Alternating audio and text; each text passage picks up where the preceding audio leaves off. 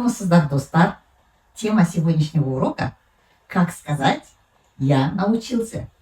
Для этого используем вспомогательный глагол «алу», который переводится «взять, брать, покупать». Если посмотреть в словарь, то «купить» переводится «сатып алу». Но в разговорной речи мы слово «сатып» убираем. Если мы спрашиваем «көйлек алдың ба?», значит мы подразумеваем «ты купила платье?» «Кілтіңді ал», «возьми ключи», «әйтпесе ұмытып кетесің», а то забудешь.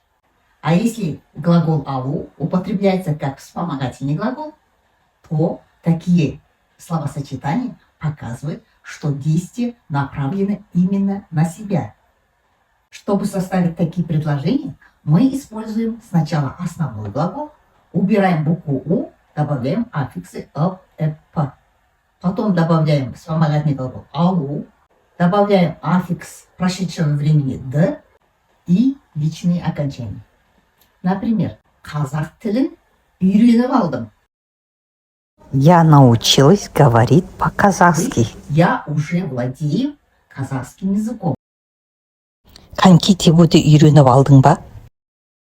Ты научился кататься на коньках? То есть ты умеешь кататься на коньках?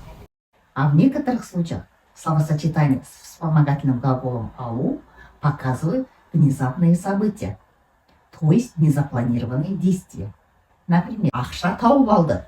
Он нашел деньги, то есть случайно. А иногда словосочетание с вспомогательным глаголом «алу» показывает, что действие завершено именно для себя основательно. Например, «бәрін жеп алдыңыз ба?» Вы все съели. На этом мы сегодняшний урок завершаем. А в следующий раз у нас будут еще интересные примеры, где употребляется вспомогательный глагол «алу». Поэтому не пропускайте уроки, подписывайтесь на канал. Келесі кездескенше.